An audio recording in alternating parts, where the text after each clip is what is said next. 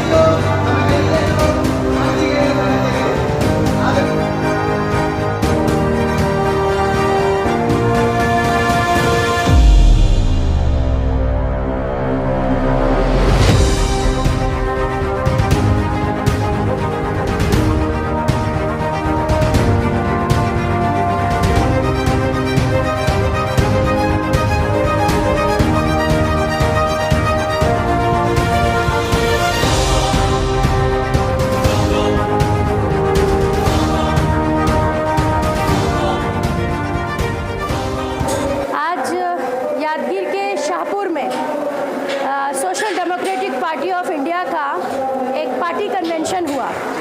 ये कन्वेंशन जो है एसडीपीआई हर 4 महीने में एक बार करती है, जिसमें हम पूरे साल की अपनी एक्टिविटीज़ को डिस्कस करते हैं और जो भी प्रेजेंट सिनेरियो है, जो भी सियासत इस मुल्क में गर्म है, उनके ऊपर एक नज़र डालते हैं, अपने कैडर्स को मोटिवेट करते हैं, उनके रोल और रिस्पॉन्सिबिलिटीज़ के ऊपर बात करते हैं।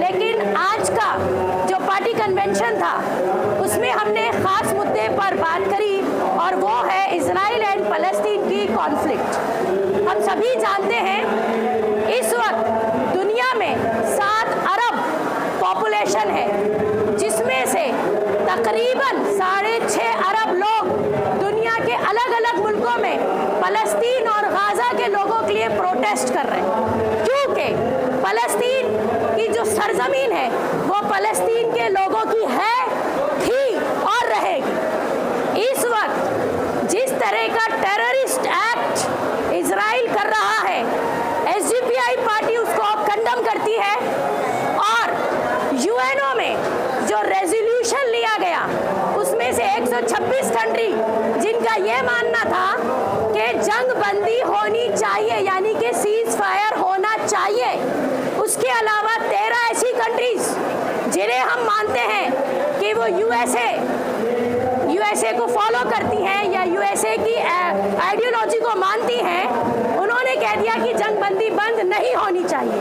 इन दोनों के बीच में कुछ ऐसे भी ममालिक थे जो खामोश रहे, ना उन्होंने हाँ कहा और ना उन्होंने ना कहा, उनमें से एक हिंदुस्तान भी। और एसडीपीआई पार्टी हिंदुस्तान के इस कदम को कंडम करती है।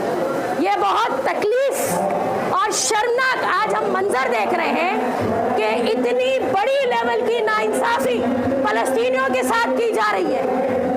आज वो लोग जो हुकूक को मानते नहीं हैं, उन्हें भी मजबूर होकर अपने घरों से निकल के ये कहना पड़ रहा है कि फ़लस्तीन की सरजमीन फ़लस्तीनियों की है और उनकी ही रहेगी इंशाल्लाह। ऐसे वक्त में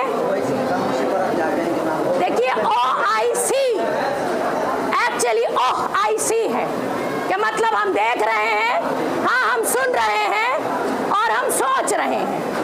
ये गूंगे बने रहना, इनका ये अंधापन, इनकी ये खामोशी कुछ नहीं है, it's just a international politics. हम सभी जानते हैं कि दुनिया दो हिस्सों में बटी है।